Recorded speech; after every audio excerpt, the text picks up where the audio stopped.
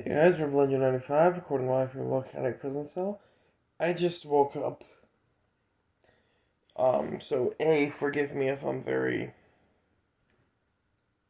tired, as that might have been an example of. And B, I'd like to, lead with something here. Whenever I do these videos, I do try, I really don't have to do this, but I try not to, I try not to do too many things in a row. Um, because when I'm finding fights online, a lot of the time, I'll find uh 3 or 4 Ruby fights in a row, and then I'll find 3 or 4 Persona fights in a row, or 3 or 4 JoJo's fights in a row, and I'll find, and I don't even like having too many anime fights, and then having too many video game fights, and then having to, I do want to divvy it up. Um, and yet there's one franchise that I very rarely do. I've done them here and there, but compared to everything else, I really don't do them very often. Despite how much of a fan I am of them. And that's Pokemon. I'm a always been, I was born in 1995. I was there right when, I was in the full swing of it. Loved Pokemon ever was a child. I was obsessed with them as a kid. So I know a lot about it. And I would consider myself very qualified uh, to do Pokemon characters in a death battle for an analysis. The issue is, I've never really thought Pokemon belonged in death battle that often. Um, a lot of that changed when Goro versus Machamp happened, because I used to look at that and think that's stupid, because there weren't really a lot of good Pokemon fights. And I've done things like, I've done like the Zygarde in Chaos, and the Snorlax and Blob, and the Gengar versus King Boo, and if I was not lazy enough to do link in the description, I would do it. But all in all, there's only, been a couple of Pokemon that I thought were worth putting in a death battle. Because only a few of them were really, significant and important enough to have backstories and whatnot. But I do genuinely enjoy them. Enjoy Pokemon death battles. I really think they're funny to do. Not funny, but they're very fun and they're very interesting. Um, so this episode's more or less a treat to myself, even though I have seen a lot of talk about it. It's not like I just pulled it out of nowhere. But this one's just for me having fun, more or less, because I've had a couple of rough days. So this is Xerneas versus Mothra. And this one works to a degree. They both have the evil counterparts. They're both the, protectors of nature, the healers, and, givers of life and whatnot. They're, that sort of thing. So it has, there's potential here. So I'm going to start with Mothra, because Mothra is the one I am less familiar with about, even though I am a big Godzilla fan too, but that's, not to the extent that I am Pokemon. Plus, Pokemon's just easier to research. It's the extrapolating how this would affect a real fight is the situation that, the situation that comes into the most conflict whenever you do it. So Mothra is the protector of an island, and is kind of like, whenever that island, or whenever nature itself, altogether, is threatened. Um, Mothra. I believe Mothra is a she. She will appear and fight for whatever is so. He's had to fight, being in the Godzilla universe. She's clearly had to fight a lot of creatures that threatened the world. Um, so Mothra, I think, is about skyscraper sized, and just by flying around is capable of causing citywide devastation through like the force of wind alone, right? Like we're talking like toppling buildings, sending cars flying from one side of a city to another, like completely demolishing cities just by flying around them. Um, so that's the kind of size and power that we're looking at here. In addition, she has a laser that can shoot out of her antennae. She has spikes that can protrude from her thorax. She has poisonous scales that can envelop her wings. And the downside to these is that they prevent her from flying as much, but the upside is that they provide her wings with additional protection, and they're poisonous. They're poisonous scales, obviously. The reason that flying is such a would not being able to fly is a detriment is because Mothra can fly up to Mach 5, which is uh, incredible. But I do that reminds me of this video I saw where it was like a real life analysis of Godzilla characters, and they said based on the like based on like the body structure of moths, because insects have like an exoskeleton and whatnot. If Mothra was to scale from a normal moth, she'd weigh like 83 pounds, and with the frame of her wings, she would be like completely at the mercy of the wind. But apparently she's not, so that's great. And then she's got one final move, that being the kamikaze, which she just flies straight forward into her opponent and just literally self-destructs, like blows herself up.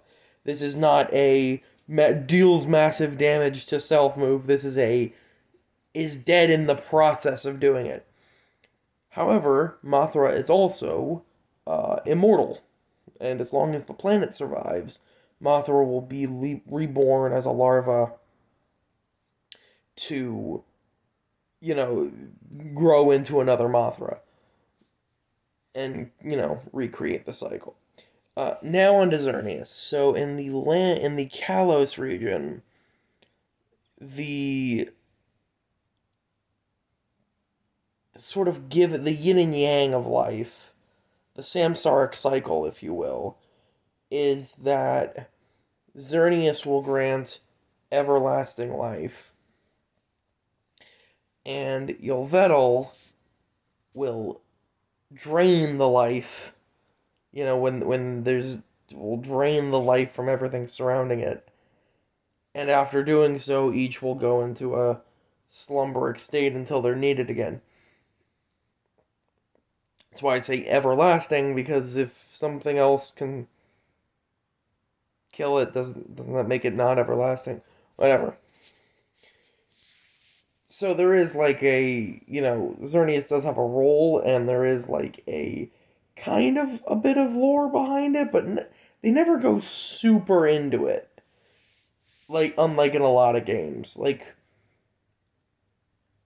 there's a lot of story to consider in most of the Pokemon games compared to this. Um, However, if we look at the stats and abilities, we can actually come up with a full combat list, because Pokemon, you can do that. It's very easy. So, we're going by the most recent, the Gen 8 Pokedex, or the Gen 8 move list. If we go by the Gen 6 move list, it literally cannot learn an attacking move, so that's funny. But in the Gen 8 move list, Xerneas has access to a lot of healing moves, like Aromatherapy, Ingrain, Heal Pulse, whatnot. Has access to sort of situational control moves like Gravity, and can buff itself with its signature move, Geomancy, which gives it a special attack, special defense, and speed boost the following turn it's used, so it's a kind of delayed buff. Um, and stat applications would just be like the power of its non physical moves, right? Like it's of its like fairy moves and whatnot. which is funny because its ability is Fairy Aura, which already boosts the power of its fairy move, so that's funny enough.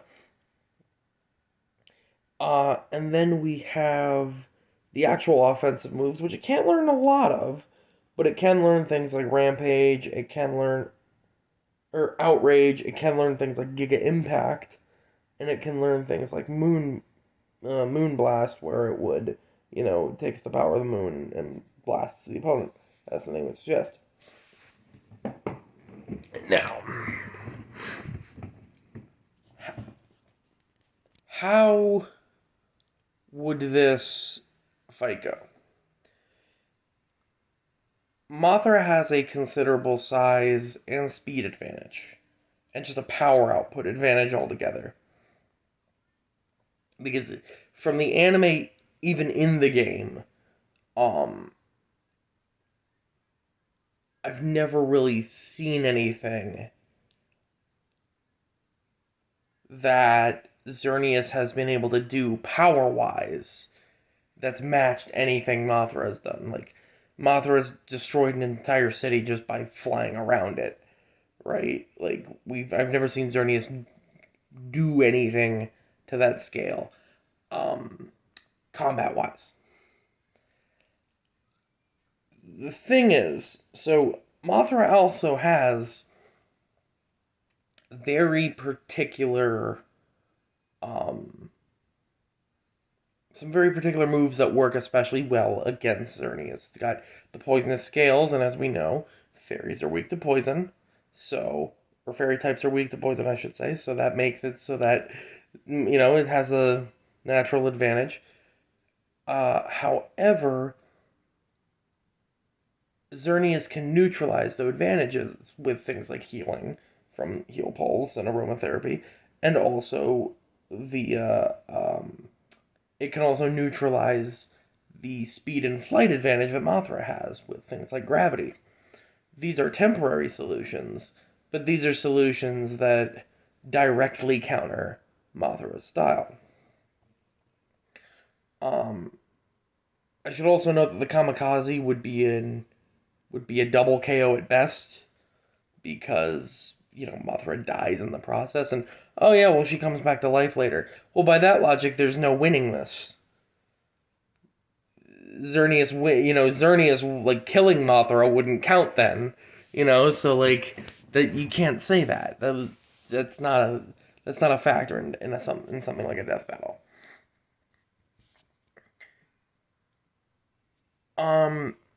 So, really, the question is, I'm going with Xerneas in this fight, and my reasoning is, even though Xerneas doesn't have any direct moves that I think are super capable of killing Mothra on their own,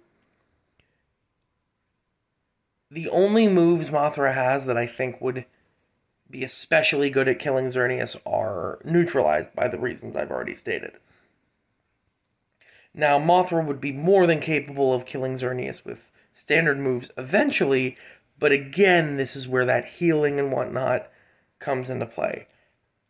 I feel that this is a war of attrition. This is a stall game, and in that regard, Xerneas is especially equipped to do this.